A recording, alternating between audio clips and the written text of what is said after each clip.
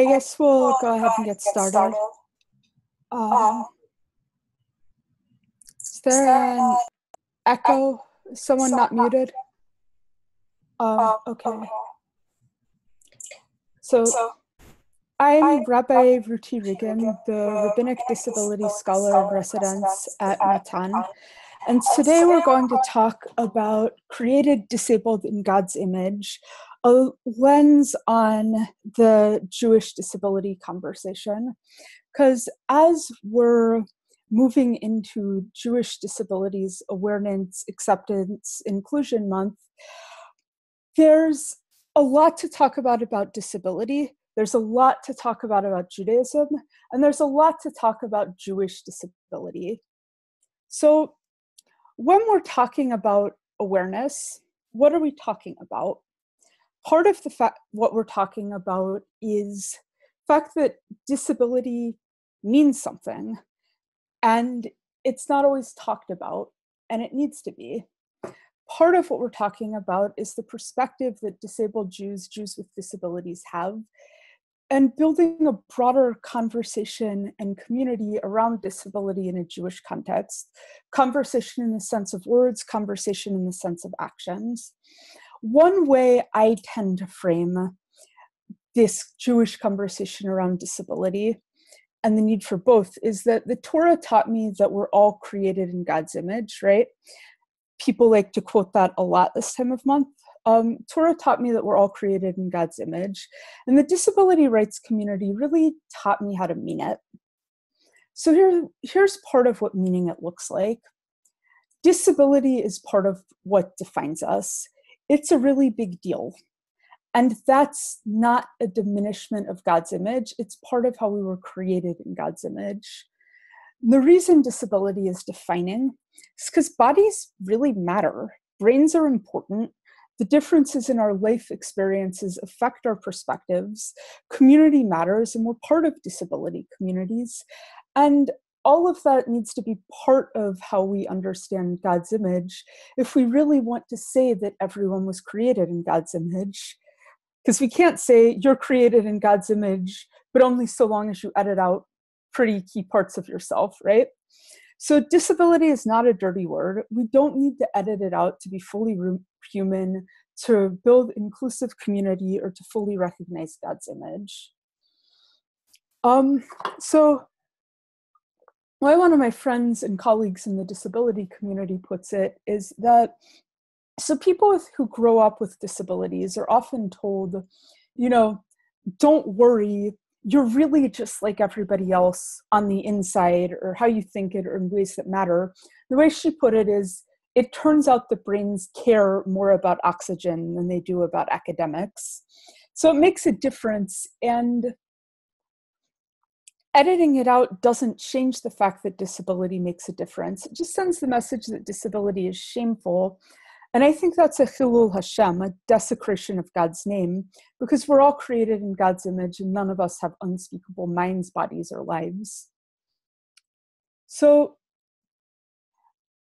part of disability awareness, part of what we talk about when we talk about the inclusion part of Disabilities Awareness and Inclusion Month is that we need to be aware of how large discrimination looms in the lives of people with disabilities, and how large it looms in the lives of Jews with disabilities in both secular contexts and within our communities. One question to ask is not just, can people get in the doors, but how many of our communities are prepared to see Jews with, say, severe communication disorders as leaders and teachers? How many of our communities are really prepared to see adults with disabilities as adults, as parents, as spouses, as rabbis, as whatever else is valued in our community? That's part of discrimination awareness, just realizing how deep the problem goes and how much needs to be done if we want to address it. But partly it's that discrimination has spiritual implications for both victims of discrimination and perpetrators of discrimination. And a lot of us, maybe most of us in this webinar, are both. But part of what we need to do if we want to build inclusive community and really address the Jewish part of Jewish Disabilities Month is think of our efforts as tshuva, and also make the experiences people with disabilities have of this discrimination something that it's okay to talk about, because they affect the meanings that things have for us and our relationship to a number of things. And sometimes we need to edit that out in the sake of like making change, not making things too hard on people. But we really need to make room for it, because these experiences are important, and we can't include people if we're excluding pretty key elements of their life experience from the conversation. So, and one way that my friend and colleague, Rabbi Julia Watzpelzer, put this in her article, God on Wheels, Disability in Jewish Feminist Theology, is that growing up disabled, growing up queer, the stakes were stark. It's either kindle tenacious love for myself or swallow the world's projections whole. As a feminist, as a queer woman, and as a disabled bisexual Jew, I insist on honoring the integrity of a self that has often been disdained. And I think that it's important to hear that not only in the sense of building healing, but also being able to hear that from a rabbi in a sense that has some authority, and in the sense that needs to influence our conversation about Torah and about how our communities operate and how we show that people are not only included, but valued on equal terms. So, slide. Okay, that slide is not quite behaving itself, So, but it's also not just about discrimination, because people with disabilities do things, experience things other than get discriminated against. And again, Rabbi Watzpelzer puts it this way: I fear that by conceptualizing disability primarily as an access problem to be solved, we fail to invite in the vibrant, transgressive possibility of disability culture, of a crip sensibility that celebrates disability as a way of life, a radically different way of moving through the world. So again, when we see this solely in terms of accessibility and bringing people in, we may miss the things that people can bring in and the value of the full range of difference and humanity that exists in the world. Because disability is not absence, it's also life in perspective. So, and Mel Beggs on life with stigmatized assistive technology.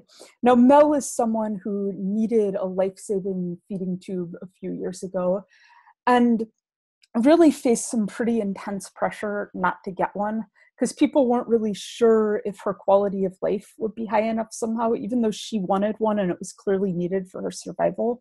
So here's part of what she says about this in an article on her website that she wrote about this experience. My friends see it a different way. They see me as some cool kind of cyborg with the oxygen, the feeding tube, and the interstim implant that prevents spasticity in my urethra, allowing me to urinate. They say the sounds my oxygen concentrator makes sound almost steampunked. But then all my friends are disabled. They see adaptive equipment as cool and as a means to living, not a sign that you're dying. So again, it's not just about discrimination. It's also about valuing these aspects of our lives that are not universal and that are specifically disability experiences that have something to bring to the table. So for another lens on disability not solely being discrimination and suffering, here's Julia Bascom, who's the head of the Autistic Self-Advocacy Network, on autistic experiences with obsessions. It's not anything recognized on the continuum of normal. It's that the experience is so rich. It's textured, vibrant, and layers. It exudes joy. It is a hug machine for my brain. It makes my heart pump faster and my mouth twitch back into a smile every few minutes. I feel I'm sparkling. Every inch of me is totally engaged and powered up by the obsession. Things are clear. It is beautiful. It is perfect. Oh, are the full slides not visible? Are other people having that problem? I moved them. Okay. Sorry about that. Okay. It seems like I moved it to make something more visible. It seemed to have inadvertently cut it off. Thank you for telling me. So anyone else, if there's a problem, please tell me. And because it's probably not you, and even if it is just you, I want to fix it for you. Because everyone means everyone, including you. Also, I'm watching the chat window. So if you have a question, feel free to put it in the chat window and I'll look at it and answer it in line. All right. So, and again, another perspective on this from one of the formative leaders of some disability rights space, Laura Hershey, in her book, Too Late to Die Young, Nearly True Tales from a Life. In her face-off with Peter Singer, who was trying to convince her that the lives of people with disabilities are somehow less valuable and desirable, her reply was, "Are we worse off? I don't think so. Not in any meaningful sense. There are too many variables. For those of us with congenital condition, disability shapes all that we are. Those disabled later in life adapt. We take constraints that no one would choose and build rich and satisfying lives within them. We enjoy pleasures other people enjoy and pleasures particularly our own. We have something that the world needs." For me, this is part of recognizing creation in God's image across the board for all of us. Because it's not just that we're okay, it's that we have something that the world needs. And in Jewish communities specifically, one way I would put it is that I think we have something that not only the world in general, but the Torah in particular needs. And we can see this in looking at the story of Moses, among other places. So Moses was not included at the burning bush. He was called to leadership at the burning bush. You see, there was a long string of negotiation here. Then really getting into the nitty-gritty at the end, Moses tries to push back on the role that God is trying to get him to play in taking the people out of Egypt. But Moses said to God, "Please, O Lord, I have never been a man of words, either in time or past, or now that you have spoken to your servant. I am slow of speech and slow of tongue." And God, replies, trying to give him some reassurance on this point. "Who gives a man speech? Who makes him mute or deaf, seeing or blind? Is it not I, God?" So something that's always seemed really interesting about this to me is that this could have gone in a different direction. Could have gone with God saying, so since I have the power to change your body, I will change your body, it will become different, and then you'll be able to step into that role. But that's not what happened. Moses' body did not change. So what happens next? God tries for a bit of reassurance, right? So God says, "Now go, and I will be with you as you speak and will instruct you what to say." Moses is not reassured by this, but he said, "Please, O Lord, make someone else your agent." And at this point, God has just sort of said, "Don't worry, it'll be okay." And that's not quite addressing, so how is this physical reality that people don't listen to my speech going to be addressed in a way that prevents this from being a problem? Then God gets angry, but then also answers the question. So God became angry with Moses, and he said, "There is your brother Aaron the Levite. He, I know, speaks readily. Even now he is setting out to meet you, and he will be happy to see you. You shall speak to him and put the words in his mouth. I will be with you and with him as you speak and tell both of you what to do. And he shall speak to you for the people, got cut off a little.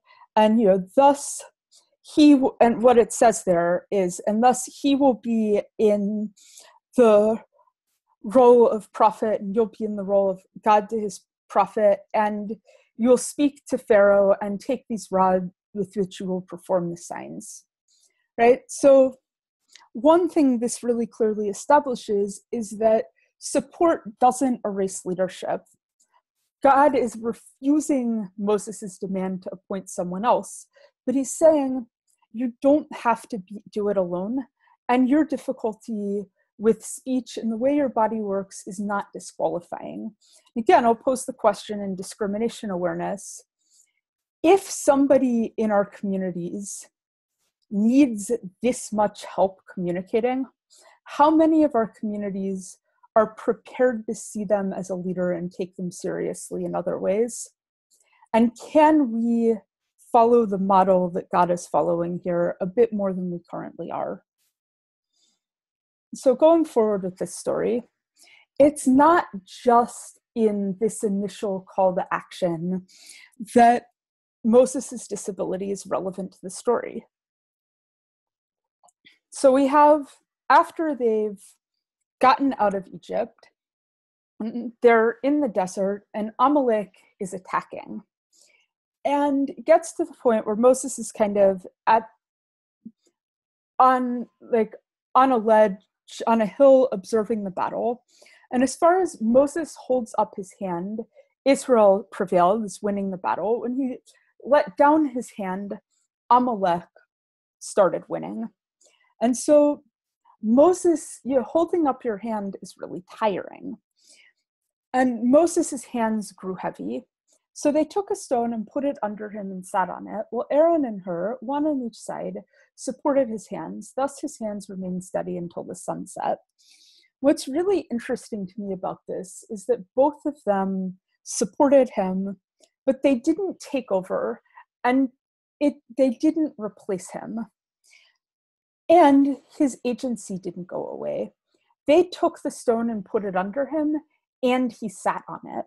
And his active role in sitting on it is significant here, because often when people use assistance, it's seen as something that other people just do to them or do to us, and not something that we have a role in. But actually the assistance and support relationship is very active, and people who are being assisted correctly are still making choices, doing things, and are people and not just objects being helped. Another thing I really like about this aspect of the story is I feel like it's a example of how negotiating support relationships can be really complicated. And Aaron and Moses had to figure it out over time in a lot of different ways. And to give an example of what it looks like when things go wrong, when things go wrong and support is confused with voice, that's when we get the golden calf. So when Aaron saw that when people saw that Moses was, had gone up the mountain to talk to God for them, and he hadn't come back for an awfully long time, they kind of started freaking out, and they turned to Aaron, who is his support person, as though he spoke for God in the same way. And when that happened, when Aaron was put in that role, he was really not qualified for it and did not do it correctly. He made the golden calf. When they thought that Aaron, as the support person supporting Moses' voice, was qualified to lead without Moses, things went really badly, catastrophically wrong. And that happens all the time in ways that are less visible. Like, one thing I see a lot is that kids with disabilities will be in a classroom and other people will want to help them participate, and will do that in the form of sort of talking for them and saying, oh, he thinks X or he thinks Y, or you think Y, right? And when you confuse yourself with the person you're supporting, that leads to a lot of problems. And when someone else can supports you in a way that denies you your voice in the conversation, you lose out, and so does the Jewish community. So, and again, it's not just Moses. And one thing I experience a lot as a person with a disability who's a rabbi is that people really want to see me as different from other disabled people, as exceptional, as having overcome disability and therefore able to be in my role. But I didn't overcome disability. I am just as disabled as I ever was. And people very similar to me are still being presumed incapable of leadership and denied a voice in the conversation. And so it's tempting, I think, within that framework to see Moses as exceptional, as a disabled person, was a person with a disability that would normally be disqualifying, except that he was appointed by God and that made it okay. But that's not true. Moses was special in a lot of ways, but being a disabled person qualified for leadership is not one of them.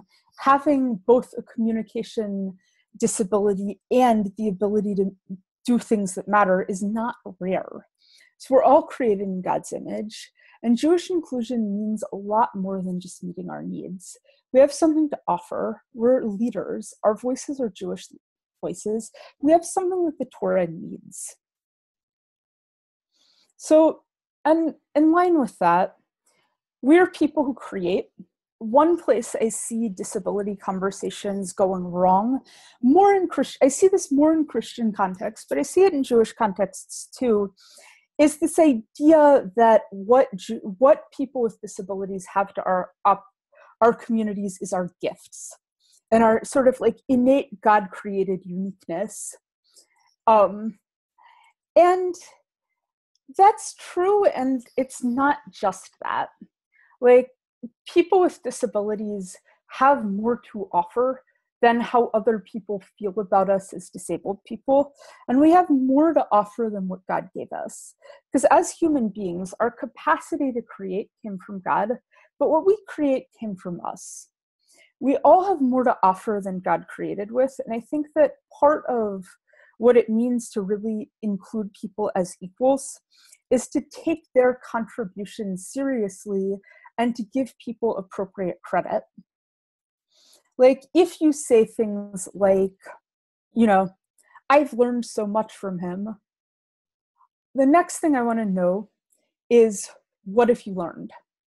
If you say, I've learned so much from having her in my class or in my life, what I want to know is, what have you learned? Because all too often what that means when people say that is, I've learned to be a more compassionate person by like tolerating this disabled person. And that can sound really exalted, but it's actually intensely demeaning to be on the receiving end of that. We need to respect people not only as people who were created in God's image, but also people who, as human beings, create things and do work that they deserve credit for and that we need. So along with that, disability is not something that exists off by itself in isolation. Disability is part of every Jewish context and conversation, every topic, because we're everywhere and we're people, and nothing is irrelevant to us. And we are not irrelevant to anything. And if we want to have Jewish disability awareness, key part of awareness is awareness that disability is relevant all the time, that it exists all of the time, and that it needs to be part of our thinking everywhere, and not just when the topic is disability and inclusion. So, to quote from Rabbi Julia Watts-Baltzer's article again, this is sort of an example of disability being relevant to every text in our tradition and to the interpretation of everything. One recent Shavuot, Ezekiel's vision split open my own imagination. Hearing those words chanted, I felt a jolt of recognition, an intimate familiarity. I thought, God has wheels. When I think of God on wheels, I think of the delight I take in my own chair. I sense the holy possibility that my own body knows, the way wheels set me free and open up my spirit. So Ezekiel has a lot of dense mystical text, and some of it talks about wheels as part of this mystical vision of the image of God. And Rabbi Watzwalzer brought something to the conversation because she knows what wheels mean in an embodied sacred way. And when we welcome this perspective in every conversation, when we value our own perspective as people with disabilities on these texts, rather than trying to edit it out and be like everyone else, a lot of things become understandable, and we have a lot more Torah than we would without it. So to give another example, going into the liturgy, one part of the liturgy, it's often sung leading into the Shabbat service is, Hilu Finu Maleh Shera Kayam. Were our mouths filled with song as the sea, our songs to sing endlessly like countless waves, our lips to offer limitless praise like the sky, our eyes to shine like the sun and the moon, our arms to spread heavenward like eagle's wings, and our feet swift as deer, we would still be unable to fully praise you, God, our God and God of our ancestors, or to praise your name for even one of the myriad moments of kindness with which you have blessed our ancestors and us. Okay, so what does this text have to do with disability? And what does disability have to do with this text? Well, one place it can go is that texts about bodies can often be very fraught for Jews with disabilities because it can seem that they're sending the message that really being fully Jewish, fully involved with God and text and what our tradition holds sacred means having a kind of body that we do not have. And I think that we need a different take on embodiment. And what I really love about this text from a disability perspective is that it brings our bodies into prayer and mitzvot on a way that I think is really on equal terms with everyone.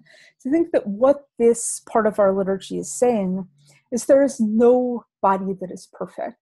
No body is adequate to hold the full praise of God. The flip side of that is that being inadequate is not disqualifying. It's human. We're all in exile in an imperfect world with imperfect bodies. And we all use what we have. And part of using what we have is acknowledging that we're all created in God's image without exception. So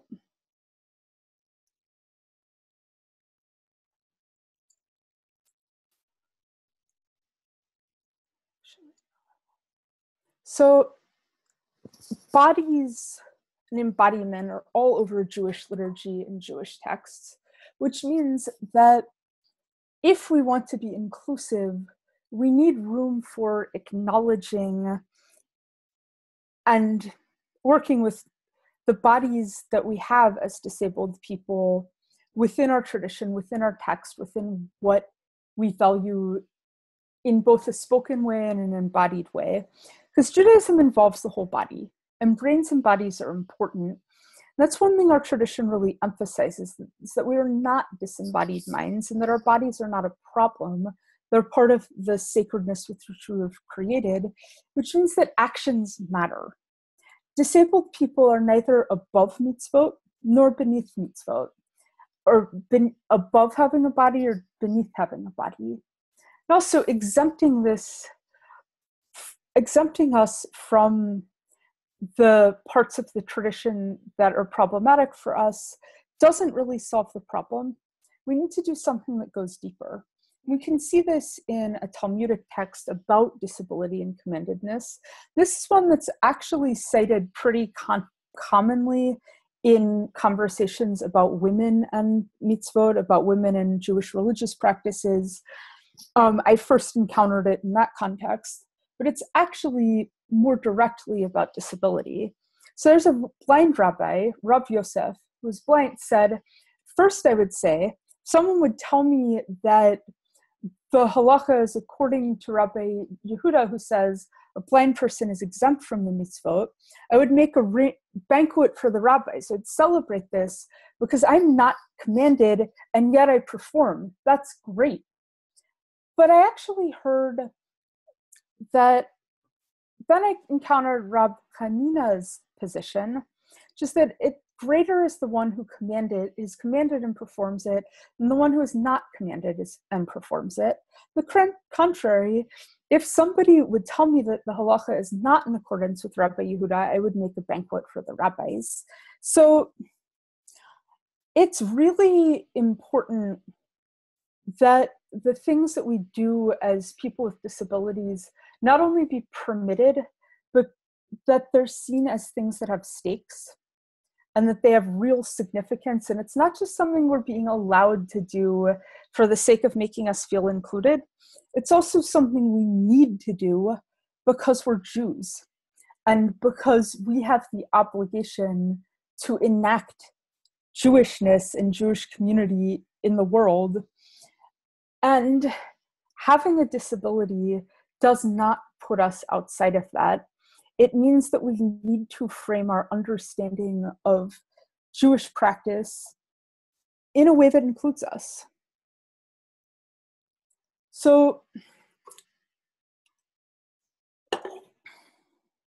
again, this is taking disability into account in our understanding of mitzvot really matters because disabled Jews are part of the covenant.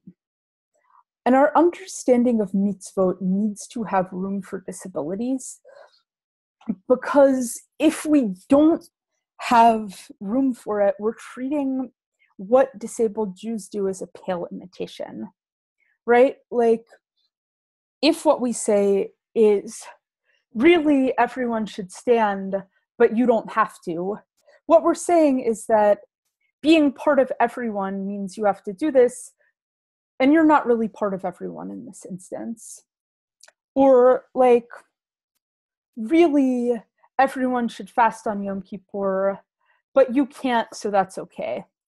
Or, you can't read Torah in the correct way, so we'll let you do it wrong to think of you as included. And that doesn't work. What that does is send the message that inclusion is pretend.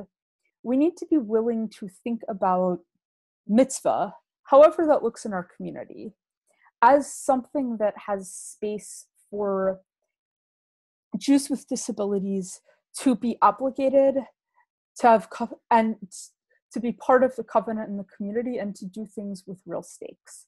Because our observance is equally real, our Torah is equally sacred, and we need to be valued and not humored. So, and I'm going to switch gears a little and talk about an example that came to mind in how I experienced Yom Kippur this year as a person with a disability who is unable to fast.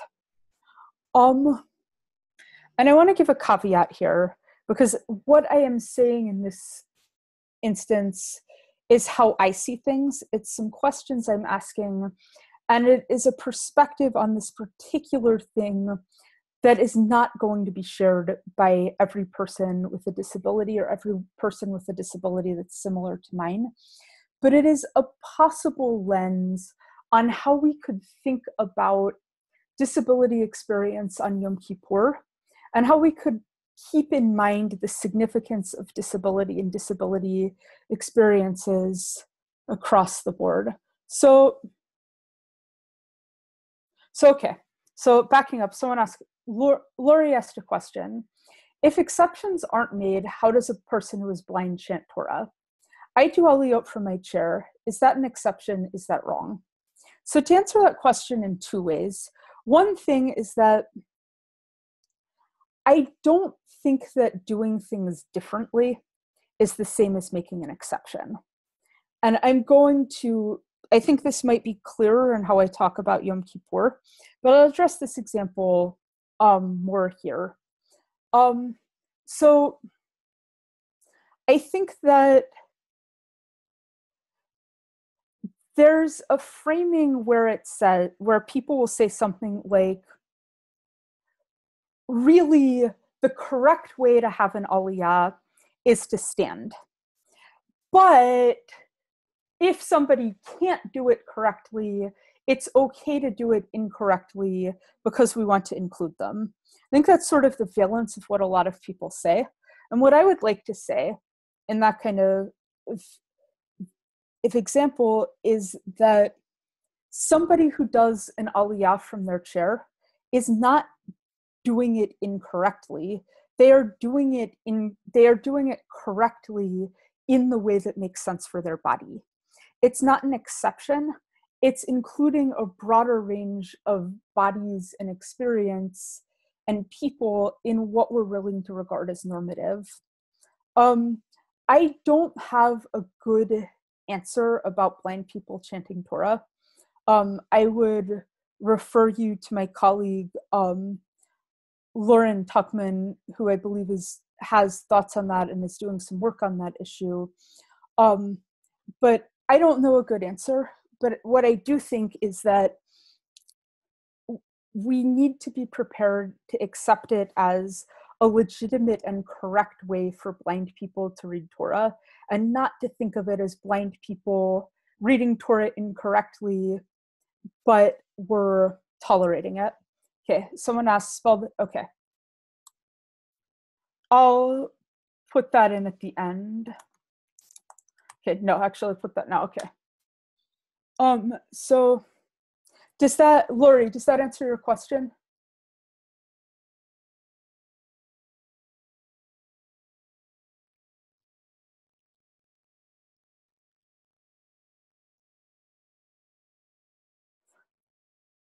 Okay.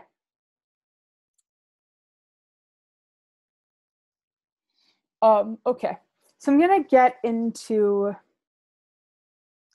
disability experience on Yom Kippur.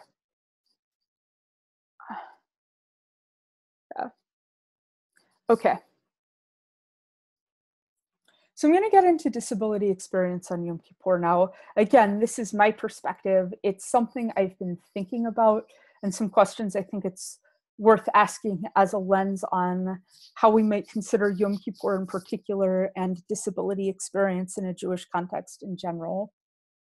And I was thinking about this on Yom Kippur because I am, as a result of various medications I take and various things about the way my body works these days, no longer able to fast on Yom Kippur. I always have to drink. I usually have to eat at least a little at some point. And this year I was in a position where, like, for sheer logistical reasons, I had to drink in front of other people because of where I was seated and how the room was arranged. Like, I would not have been able to stay in the room and participate at all without drinking in a way that was visible. So that gave me a lot to think about. And I got into a couple of lines in the Alchet particularly struck me this year. The Alchet, the long list of, possible sins that we all confess to collectively. And the two lines that really got me this year is for the sins that we have committed willingly and those we have committed under duress, which is how it starts. And then for those sins which we have committed through food and drink. And I realized that I'd kind of been thinking of my eating and drinking on Yom Kippur as something sinful that I was permitted to do, as like a transgression committed under duress, as my body imposing duress that made me have to commit a sin. And I realized that actually that was not the sin I needed to worry about, because for people who cannot safely fast on Yom Kippur, eating and drinking is not a sin, it's a mitzvah. And the sin I needed to worry about with regards food and drink was letting my sense of shame and exclusion interfere with the fact that I was supposed to be eating and drinking. Like, because for me to refrain from doing so would be sinful. And we kind of come under a lot of pressure to do the wrong thing in that regard. So I was thinking about that. And I just decided sort of from now on, as a matter of principle, I think I'm probably going to stop being discreet about it, because I think being discreet about it is causing problems. Okay, what?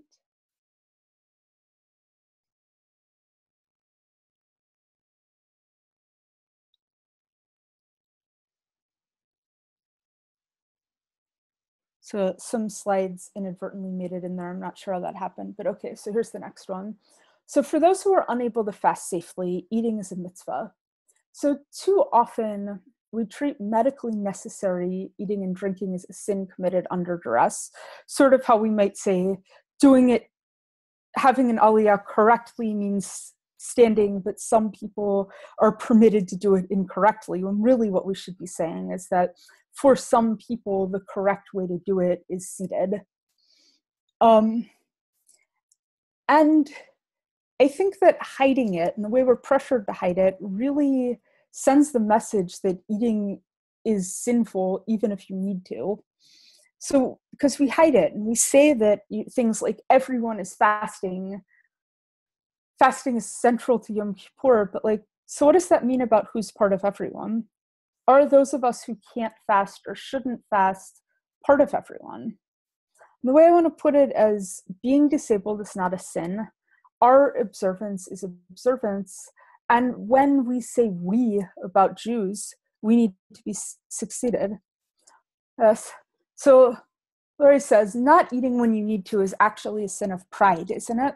You're sort of showing off how holy you are by refusing food you must have. I think that can be the case. I think that, it can be pride. It can also be shame. It can also be succumbing to pressure to feel shame about these things. And I also think that, like, in the Yom Kippur liturgy, when we talk about sin, we say it in the plural, like, for all the sins we have committed. And I think that that's really important in this kind of sin, because I think that people with disabilities who commit the particular sin of fasting when they're obligated to eat, really have, complicated, okay, so people like come under a lot of pressure to see it as sinful, and to not do it, and to do things that they shouldn't. Sorry, I got distracted by a question in the chat. And so I think that it's important to say we, and not just pin it on individual people who commit this sin. So it can be pride, it can be shame, it can be succumbing, it can be a desire not to be separated from the community. And there's a lot of complicated contributing factors here. So, and I think in line with that, one contributing factor to how people with disabilities are face pressure to sin goes along with pressure to be invisible. Because those who must eat or drink are often pressured to do so out of view of others, to avoid making the fast more difficult for others. And, I've certainly done this. Most people with disabilities who I've seen as, who I've discussed this with, have said, like, I feel like I shouldn't do it in front of others because I want to, like, avoid making the fast harder for them. And I used to, like, buy into that more than I currently do, because the question that arises in that for me is, what about the effect this kind of hiding has on disabled experience with Yom Kippur? Like, what does having to hide for the benefit of other people due to our ability to see ourselves as part of the community and pray together, I think it has some pretty detrimental effects, and I think that that needs to matter too. The other question that rises for me is, why is noticing disabled people's mitzvah observance seen as a burden that's too heavy to bear? Like, why should disability experience be something that non-disabled people can only be expected to see when it costs them nothing? Because the experiences of non-disabled people certainly cost us something. So why can't we all be visible at the same time? It's a question I have. And it's why my perspective on this has changed considerably. So someone asks me, but shouldn't you let the people around you know why you're eating on Yom Kippur? So a couple of responses to that. I think that I trust people to understand that some people need to eat on Yom Kippur, and to presume that people who are eating on Yom Kippur are doing that because they're supposed to be doing so. I don't think the existence of people who shouldn't fast is news to anyone.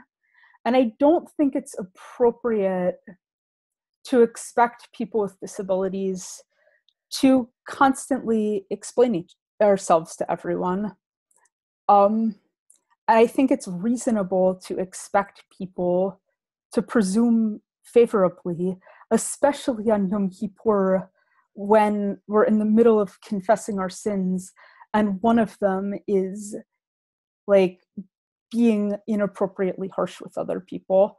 I don't think that's too much to ask. But I also had another thought about Yom Kippur and disability experience, which is that I used to be able to fast, so I actually have a pretty strong sense of how fasting can feel and the effects it can have.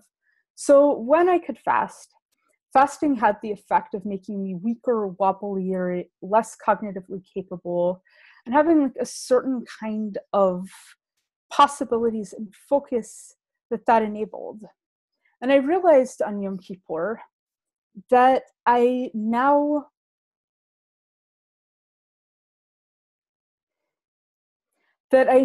often experience these physical effects naturally. Because like my experience with disability is that I often have trouble staying hydrated. I'm often wobbly, I'm often weak, I often have cognitive problems. And I felt that those things are things I need to push aside, ignore, try to overcome. And it occurred to me that the things... So are other people having audio problems? Yeah.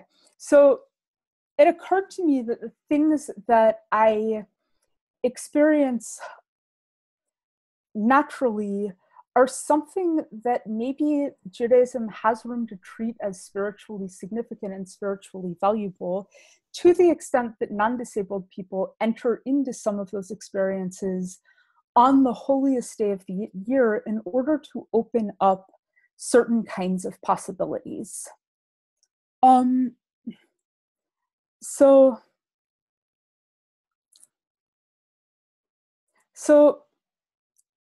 And it made me wonder, it made me see certain texts that I'd regarded as problematic as perhaps having a different kind of interpretation. And so to give one example of how I see this as a possible lens on a very problematic text, is some of the things the Talmud says about suffering and about the meaning of suffering and spiritual response to suffering. And in this context, it's mostly, but not entirely, talking about things that are experienced physically. But Rava said, and some say Rav Chisda as well, said, if a person sees that suffering has befallen him, he should examine his actions. As it is stated, we will search and examine our ways and return to God. he examined his actions and found nothing objectionable in his conduct. He can attribute it to having been derelict in his study of Torah. As it is said, happy is the man who you afflict, Lord, and teach out of your law. And if he did assume or attribute it to dereliction in study of Torah, and then found that this was not the case, he may be confident that these are afflictions of love. And I've always found this text problematic because there's a long-standing history of theology that suggests that disability is a punishment from God for sin. And I, categorically reject that, because I don't think my body's a punishment. I think my body is sacred. And I think that that has just led to so much damage to people with disabilities, to communities, to everything. So I've always had trouble with this text. But then I realized, maybe this text is not about punishment. So what if the point is that these experiences can actually be understood as spiritually significant and having value? What if it turns out that disability experiences, including some of the more difficult experiences we have, open up some spiritual possibilities? What if the Talmud and the liturgy is teaching us that our bodies ought to be valued? And so that's something that my experience on Yom Kippur opened up with for me as a possibility. And, what might it, and so both about Yom Kippur specifically, that this, really intense, sanctified, physically embodied experience connected with prayer, tshuva, and the walls of spirituality being, thinner and with fewer barriers than usual, in a physical experience that is very similar to something I experience naturally. What would it be like to value that? What would it be like to connect those experiences?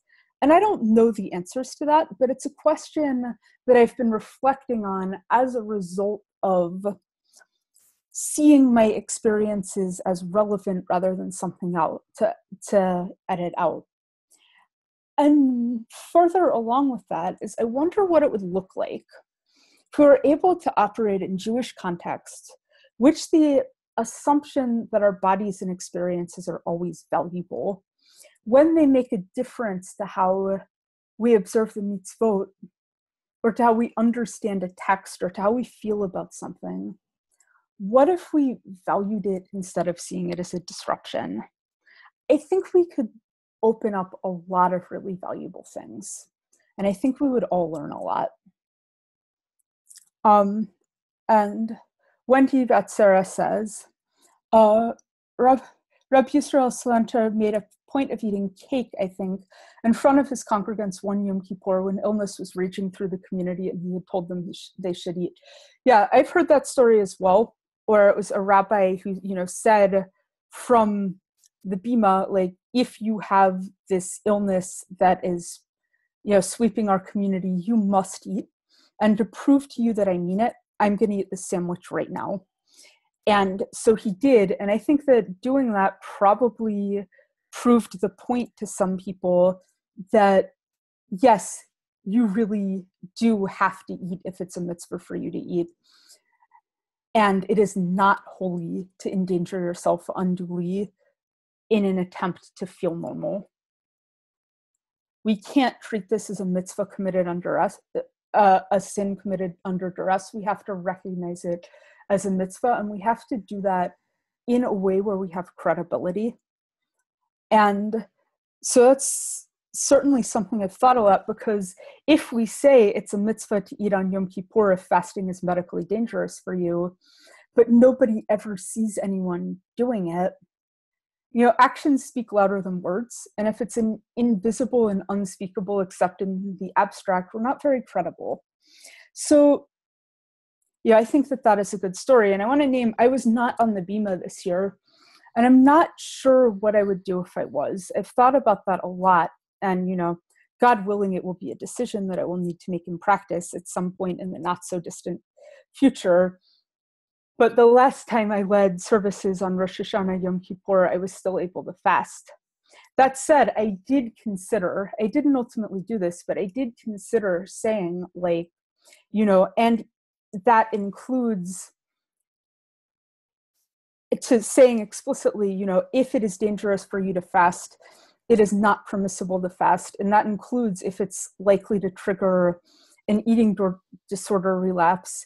And, if you need me to sit with you while you're eating, or if you need me to eat with you to make it possible, I will do that because I value your life.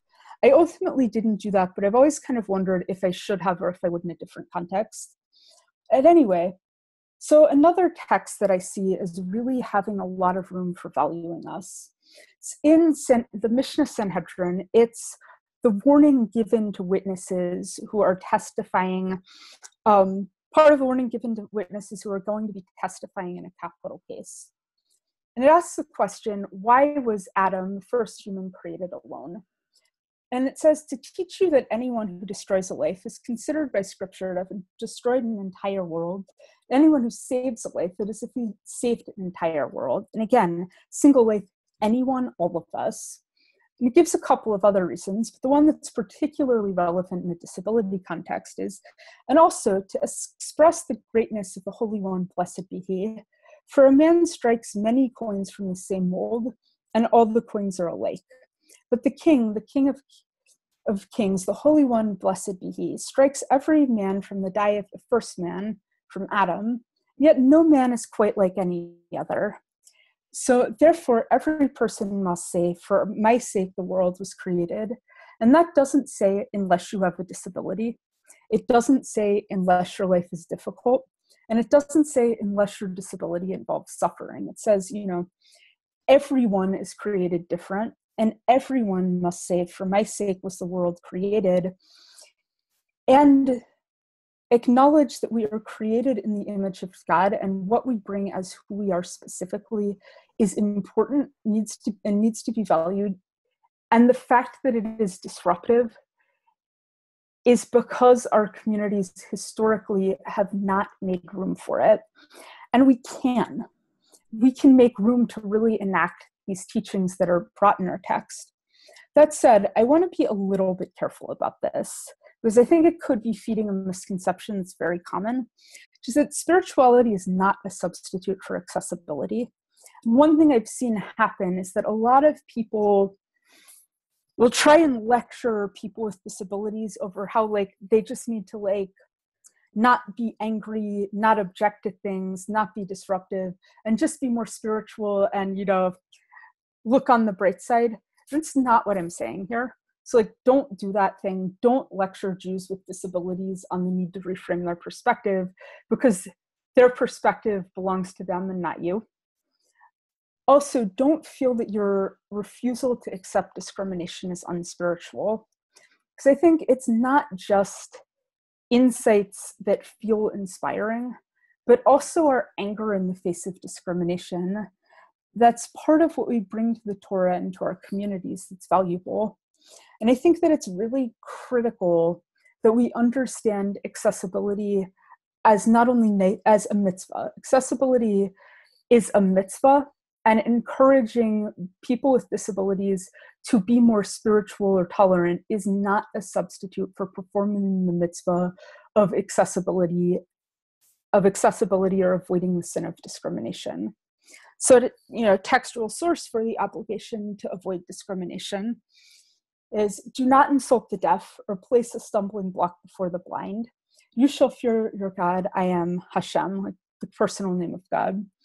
So I've heard a lot of allegorical interpretation of this, but I think it's really important to take it literally, because blind people often do face literal physical stumbling blocks and unnecessarily dangerous situations, and deaf Jews face a lot of insults. I was on a panel a couple of years ago, and we had captioning, as we do in this webinar, and sign language interpretation. One of the Jewish audience members said, yes, the English, and I seem to have mispasted the Hebrew. Okay, that is, the Hebrew's wrong, the English is right. okay. But anyway, but the Hebrew is also good advice. But it is really important that we do so because, anyway, so I was on this panel, I was with the deaf, and they said, you know, it's really insulting that all of these Jewish organizations put out all these videos and they never caption them, and there's never sign language or captions. This is really insulting and exclusionary. And I realized they were right. And, you know, everyone there promised to do something about it. And again, which is one of the reasons we have captions, because leaving people out is fundamentally insulting. And the Torah tells us that we shouldn't do that. So, you know, we need to wrap up now, but this is really a to be continued kind of conversation, because Torah is a never-ending conversation. Jewish conversation about disability never ends, because disability is part of everything the Torah addresses. JDIM, Jewish Disabilities Awareness, Acceptance, and Inclusion Month, is an opportunity to expand and deepen the conversation. And, you know, so stay tuned. And for Matan things specifically, at some point in the not so distant future, we're going to be opening up registration for our cohort of the Matan Institute for Education Directors of Synagogue, Supplemental School, and Youth Programs. And that's an opportunity to have tiers, to get some very tachlis practical training about how to implement inclusion in the Jewish conversation in your schools in practice.